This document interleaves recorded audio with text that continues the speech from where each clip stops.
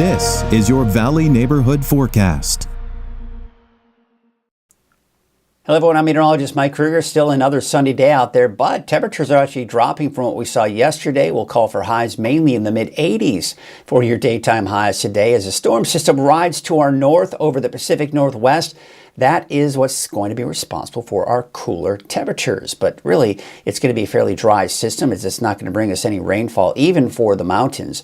But there you can see the winds this morning, fairly calm, and even around midday, they'll pick up a little bit this afternoon, around 15 to 20 miles per hour, but no longer really a major issue. And by the way, those winds are coming in from the north once again, and still looking at those fairly calm winds even for your Friday morning. Humidity levels are going to be dropping as we typically see during the daytime heat of the day, but still not as dry as it has been, looking at generally in the mid-teens for your relative humidity levels, and then staying some recovery that is here with 40, 50, even 60% range, but then drying out once again in the mid-teens on average here for the afternoon. So still dry, but the winds aren't going to be quite as gusty as they have been over the last few days.